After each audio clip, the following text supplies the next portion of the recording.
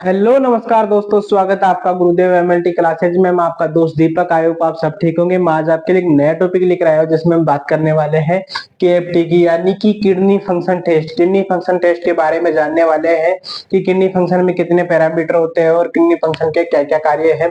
Kidney की test हमें कब करवाना चाहिए और इसे कब नहीं करवाना चाहिए, और किडनी जो टेस्ट होते हैं उसमें मतलब जितने भी फैक्टर होते हैं उनकी नॉर्मल रेंज क्या है। मैं आज आपको केएफटी रिपोर्ट पढ़ना सिखाऊंगा कि केएफटी रिपोर्ट हम किस प्रकार से पढ़ सकते हैं और किस प्रकार से पहचान कर सकते हैं कि हमारी जो केएफटी की रिपोर्ट है नॉर्मल है या नॉर्मल है। और इसके जो मतलब फंक्शन है वो भी बताऊंगा कि मैं आपके हमारी किडनी के क्या क्या फंक्शन है, वो सब बात करने वाले हैं आज के हम इस टॉपिक में। ठीक है, तो बात करें केएफटी के फुल फॉर्म की। तो अगर केएफटी की फुल फॉर्म की बात करें तो केएफटी की फुल फॉर्म क्या होती है? Kidney function test. यानी कि किडनी में जो फंक्शंस होते हैं, आज उनके टेस्टों के बारे में पढ़ने वाले हैं कि किडनी में कौन कौन से फंक्शन होते हैं। तो किडनी, उससे पहले हम जान लेते हैं कि किडनी क्या है। तो किडनी क्या है? मतलब सॉरी, किडनी हमारे बॉडी के अंदर पाई जाती है, जिनका काम होता है हमारे वेस्ट प्रोडक्ट को बाहर निकालना, यूरिन के द्वारा, ब्लड के द्वारा, ब्लड को फिल्टर करके जो भी हमारे वेस्ट मटेरियल या वेस्ट प्रोडक्ट होते हैं बॉडी के अंदर, उनको हम क्या करते हैं? एक्सट्रैक्ट करने का काम करती है। तो अगर केएफटी की अगर इंट्रोडक्शन की बात करें तो केएफटी क्या होती है? इंट्रोडक्शन में केएफटी एक क्या होती है? खून की जांच होती है। केएफटी की जांच हम किस प्रकार करवाते हैं? खून की जांच से करवाते हैं। उसके लिए एक ब्लड सैंपल लिया जाता है, फिर उसको लेबोरेटरी में टेस्ट लगाया जाता है। ठीक है, जिससे पता लगाया जाता है कि आपकी जो किडनी है या गुर्दे, जो मतलब किडनी जिसको हिंदी में गुर्दे बोलते हैं, वो आपको प्रॉपरली काम कर रहे हैं या नहीं कर रहे, गुर्दे ठीक से है कि नहीं है। ठीक है, किडनी का मुख्य काम क्या होता है कि मैंने बताया अभी कि जो हमारा जो ब्लड होता है उससे अपशिष्ट पदार्थ को बाहर निकालना, यानी कि वेस्ट प्रोडक्ट को क्या करती है? बाहर निकालते किसके द्वारा? मोटर के द्वारा। ठीक है, उसके अलावा टॉक्सिन्स होते हैं हमारी बॉडी में, जितने भी टॉक्सिन्स हैं उनको क्या करती है?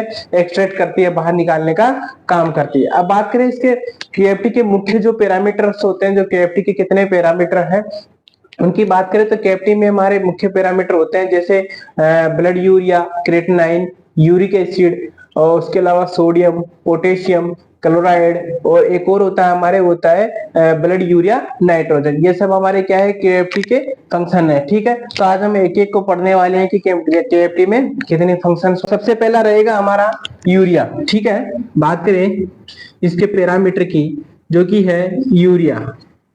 ठीक है, ये केएफटी का एक फंक्शन होता है। केएफटी में हमारे 7 होते हैं। ठीक है, उसी प्रकार दूसरा है क्रिएटिनाइन, सीरम क्रिएटिनाइन।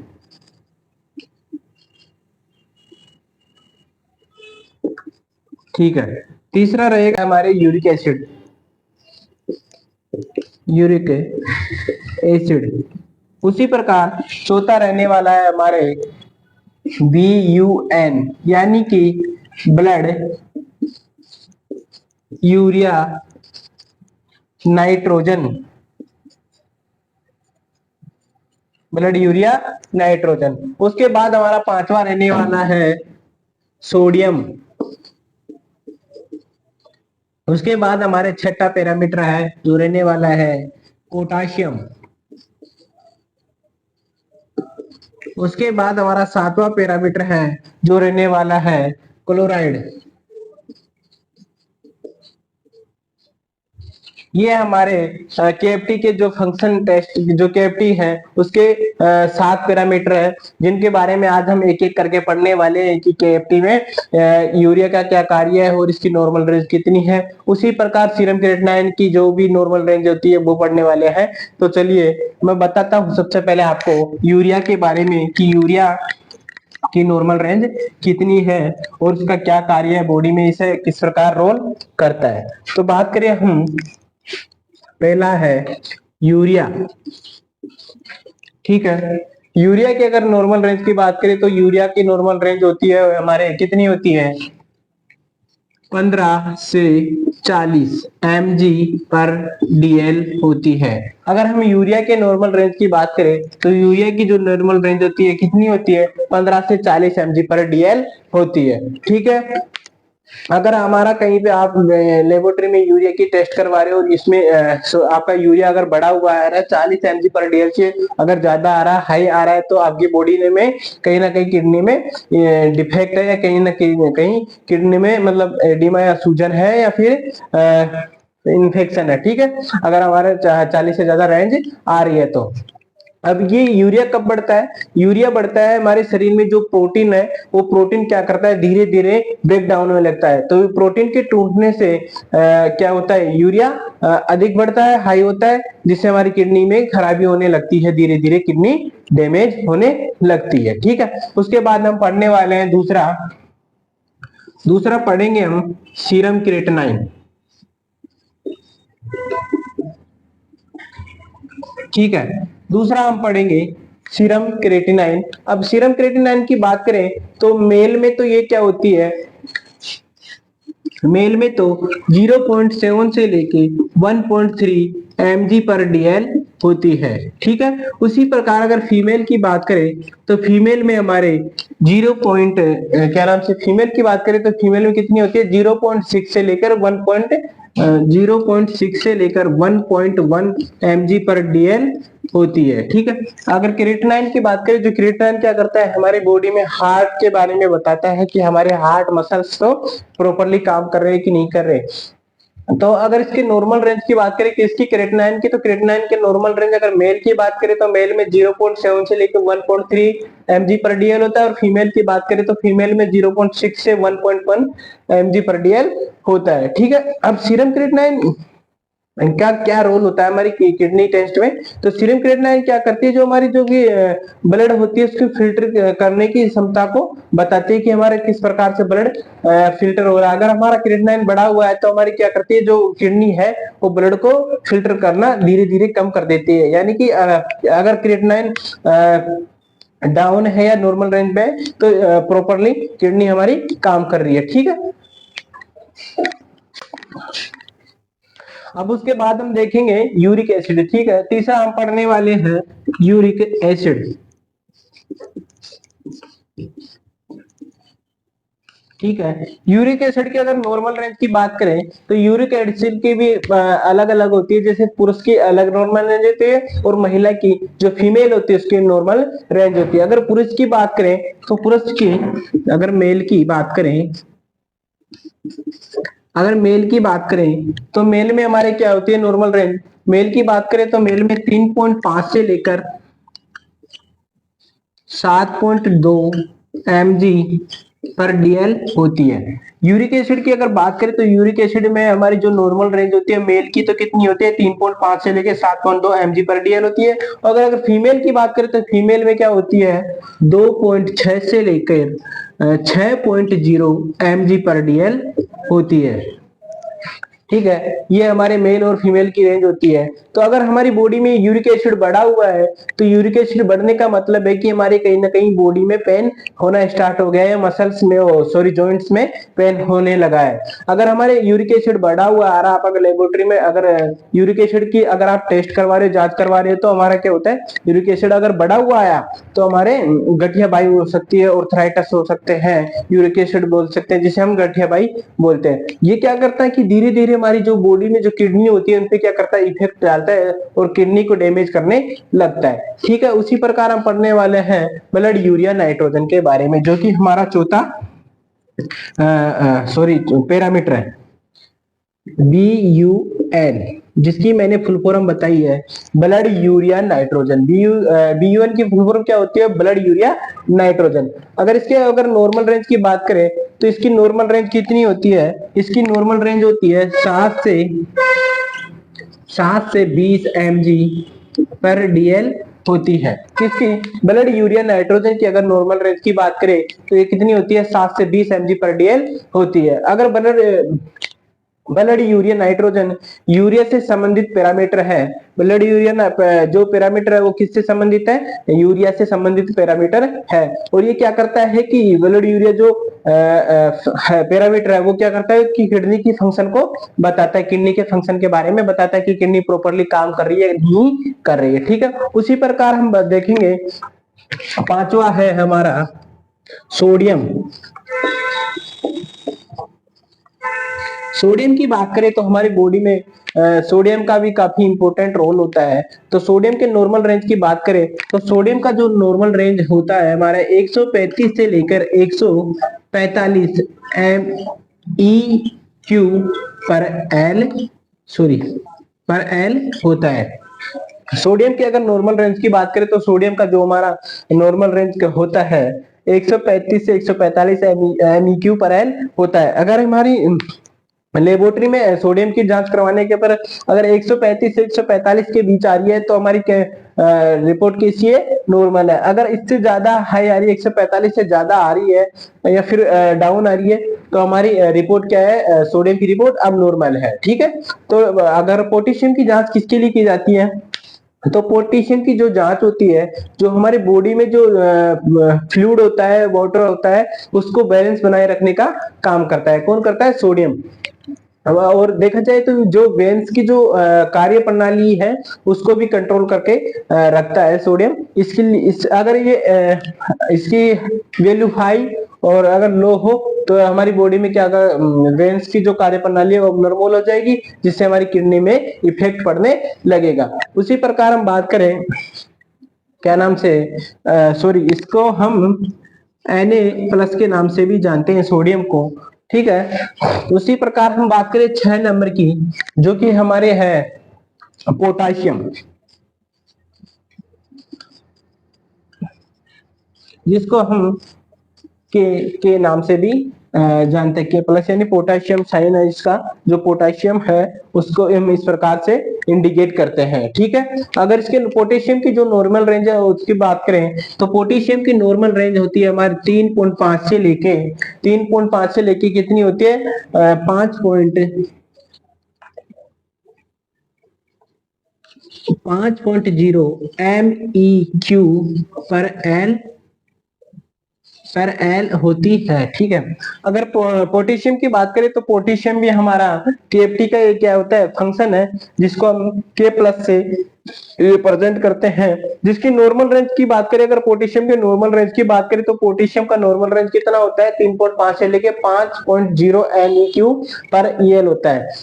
अब बॉडी में जो हमारा पोटेशियम है उसका क्या रोल होता है, पोटेशियम का रोल क्या होता है कि जो हमारी हार्ट और जो मसल्स हैं वो उनके कार्य को बनाए रखने का काम करता है। हमारी जो हार्ट और जो मांसपेशियां है, मसल्स हैं, उनमें पोटेशियम का काफी इंपॉर्टेंट रोल होता है। ठीक है, उसी प्रकार हमारा लास्ट है, यहाँ कर देता हूँ, सॉरी आपको दिखाई नहीं देगा होगा, जगह नहीं है नीचे, तो मैं यहाँ लिख देता हूँ, यहाँ लिख देता हूं हमारा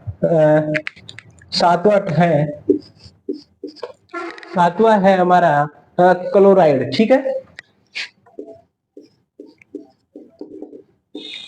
जिसको हम इसके नाम से, अब क्लोराइड की अगर नॉर्मल रेंज की बात करें तो क्लोराइड की नॉर्मल रेंज कितनी होती है, हमारी क्लोराइड की नॉर्मल रेंज होती है 98 से लेके 107 MEQ पर एल होती है। ठीक है, क्लोराइड की हमारी नॉर्मल रेंज कितनी होती है, क्लोराइड की नॉर्मल रेंज होती है 98 से लेकर 107 mg पर QL होती है, यानी कि 98 से लेकर 107 के बीच होती है। अगर हमारी नॉर्मल रेंज क्लोराइड की 98 से 107 के बीच आ रही है तो हमारी रिपोर्ट कैसी है, एकदम नॉर्मल है। अगर इससे ज्यादा आ रही है तो हमारी क्लोराइड की जो रिपोर्ट है वो अब नॉर्मल है, और इससे कम है क्या हो सकती है, किडनी में प्रॉब्लम हो सकती है। तो क्लोराइड का जो हमारा किडनी में जो मुख्य रोल होता है उसका क्या रोल है, ये क्या करता है कि जो हमारी बॉडी में जो एसिड बेस है उसको क्या करता है, बैलेंस बनाए रखने का काम करता है। कौन करता है, जो क्लोराइड है। क्लोराइड क्या करता है कि हमारी जो बॉडी में जितना भी एसिड बेस है उसको क्या करता है, बैलेंस बनाए रखने का काम करता है। ठीक है, अब हम बात करें कि किडनी के जो हमें पता कैसे चलाएगा कि हमारी किडनी सही है खराब है, उसके सिम्टम्स के बारे में जानेंगे कि इसके किडनी के सही या खराब होने के सिम्टम्स क्या क्या हो सकते हैं। ठीक है, तो इसके सिम्टम्स की बात करें तो किडनी के क्या क्या सिम्टम्स हो सकते हैं, पेशाब में झाग आना। अगर आप बाथरूम में जा रहे हो और अगर आप पेशाब कर रहे हो तो पेशाब में अगर झाग बन रहे हैं तो हमारी क्या हो सकती है, किडनी डैमेज हो सकती है। दूसरा अगर बात करें, अगर आपको पेशाब कम लग रही है,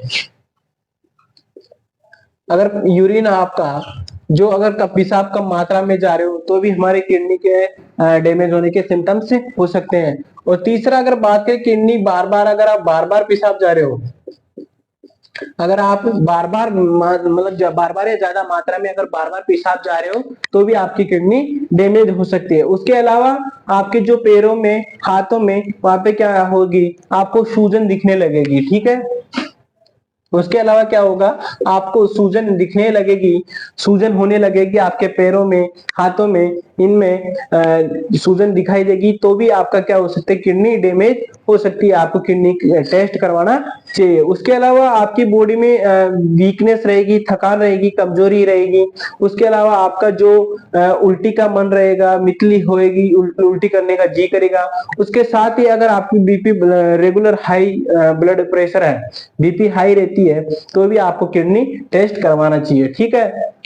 अब बात करें हम, उसके बाद हम बात करें कि ब्लड टेस्ट हमें कब करवाना चाहिए, केएफटी जो जांच होती है, किडनी फंक्शन टेस्ट होता है, वो कब कब करवाना चाहिए। अगर आपकी अगर रेगुलर हाई बीपी रहती है, बीपी क्या होती है, ब्लड प्रेशर जिसको हम बोलते हैं,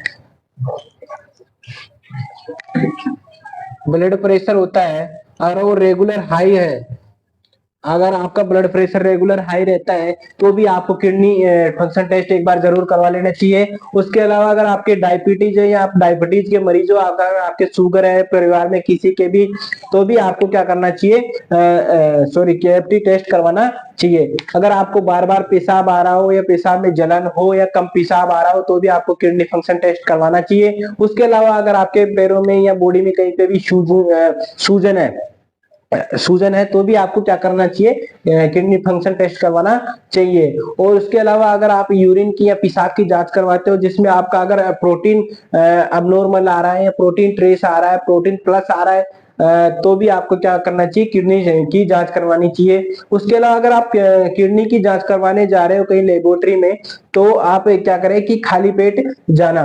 क्योंकि क्या होता है कि 9 से 12 घंटे खाली पेट होने के बाद जो हमारी जो रिपोर्ट आती है वो बेस्ट क्वालिटी की रिपोर्ट आती है, क्वालिटी और क्वांटिटी जो रिपोर्ट होती है वो बेस्ट रिजल्ट आता है। तो हमें केएफटी की जो जांच होती है वो खाली पेट करवाना चाहिए। उसके अब आप बोलोगे कि सर हमारा केएफटी टेस्ट करवाने के पीछे उद्देश्य क्या है, पर्पज क्या है, हम केएफटी टेस्ट क्यों करवाएं। केएफटी टेस्ट आप अगर आप स्वस्थ हो, नॉर्मली हो, तो भी आपको साल में 6 महीने में एक आध बार करवा लेनी चाहिए। उसका उद्देश्य ये है, पर्पज ये है कि जो किडनी की जो हमारी कार्य करने की क्षमता है, किडनी के जो फंक्शन करने की जो क्षमता है, उसका पता लग जाता है कि हमारी किडनी कितना काम कर रही है, कितना नहीं कर रही, किडनी में कोई इफेक्ट डिफेक्ट तो नहीं है, किडनी कहीं हमारी डैमेज तो नहीं है, ठीक है। उसके अलावा अगर आप कई बार क्या होता है कि डॉक्टर से आपकी छोटी मोटी बीमारियां होती है, उसमें हम क्या करते हैं, मेडिसिन ले लेते हैं। तो मेडिसिन क्या करती है, हमारी धीरे धीरे जो स्टेरॉइड जो मेडिसिन होती है क्या करती है, किडनी को डैमेज करने लगती है, यानी कि किडनी को धीरे धीरे क्या करती है, डैमेज करती है। तो हम ये जो दवाइयां होती है, स्टेरॉइड दवाइयां, वो कहीं हमारी किडनी पे इफेक्ट तो नहीं कर रही है, कहीं किडनी को डैमेज तो नहीं कर रही है। दूसरा उद्देश्य ये होता है। और तीसरा अगर उद्देश्य बात करें कि हम किडनी टेस्ट क्यों करवाएं, तो किडनी टेस्ट कराने के पीछे तीसरा उद्देश्य है कि अगर आप डायबिटीज के मरीज हो, आपके परिवार में कोई डायबिटीज का मरीज है या रेगुलर हाई मतलब बीपी हाई रहती है, तो उसकी मॉनिटरिंग के लिए भी आप क्या करवा सकते हो, केएफटी टेस्ट करवा सकते हो, जिसकी मैंने आपको विस्तार से बताया कि इसमें कितने पैरामीटर होते हैं। तो लास्ट बार एक बार और देखे कि केएफटी में अपने 7 पैरामीटर होते हैं, जिसमें हमने पढ़ा था यूरिया की बात करें तो इसकी नॉर्मल रेंज होती है 15 से 40 mg/dl होती है, ठीक है। उसके बाद हमने देखा सीरम क्रिएटिनिन की अगर मेल की बात करें तो 0.7 से लेके 1.3 mg/dl होती है। और फीमेल की नॉर्मल रेंज की बात करें, हम नॉर्मल रेंज की बातें कर रहे हैं, जितने भी मैंने जो वैल्यूज बताया, जो भी रेंज बताई है, क्या बताइए, नॉर्मल रेंज होती है, ठीक है। अगर इस रेंज से आपकी वैल्यू टेस्ट करने के बाद हाई या लो आ रही है तो आपकी रिपोर्ट क्या है, अब नॉर्मल है, तो आपकी किडनी में कहीं ना कहीं डिफेक्ट है, ठीक है।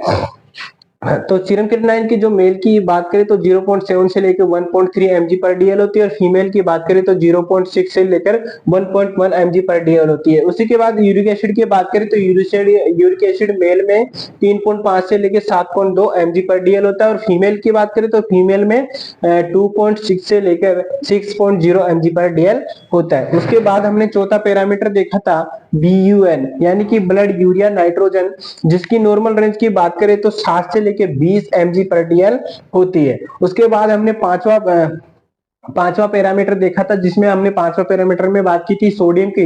तो सोडियम की जो हमारी जो नॉर्मल रेंज होती है कितनी होती है, 135 से 145 MEQ/dl, सॉरी MEQ/L होती है। उसके बाद हमने सातवां पैरामीटर पढ़ा था पोटेशियम। जो पोटेशियम होता है उसकी नॉर्मल रेंज कितनी होती है, हमारी पोटेशियम की जो नॉर्मल रेंज होती है वो होती है 3.5 से लेके 5.0 MEQ/L होती है। उसके बाद हमने सातवां पैरामीटर देखा था, हमारा सातवां पैरामीटर क्या है, क्लोराइड। ठीक है, क्लोराइड की नॉर्मल रेंज की बात करें तो कितनी थी, 98 से लेके 107 MEQ/EL होती है। तो आई होप आपको दोस्तों ये टॉपिक समझ में आया होगा कि KFT क्या है और इसकी नॉर्मल रेंज क्या है और इसके कब कब करवाना चाहिए और इसे कौन कौन करवा सकता है, इसका सैंपल कब और कैसे लेना चाहिए, ये सब बातें की है मैंने इस टॉपिक में। तो आई होप आपको अगर वीडियो अच्छा लगा तो लाइक कीजिए, शेयर कीजिए और सब्सक्राइब कीजिए। अपने दोस्तों को भी वीडियो शेयर कीजिए ताकि उन्हें पढ़ने का मौका मिले, आगे बढ़ने का मौका मिले। और आप तब तक के लिए जय हिंद दोस्तों, जय भारत।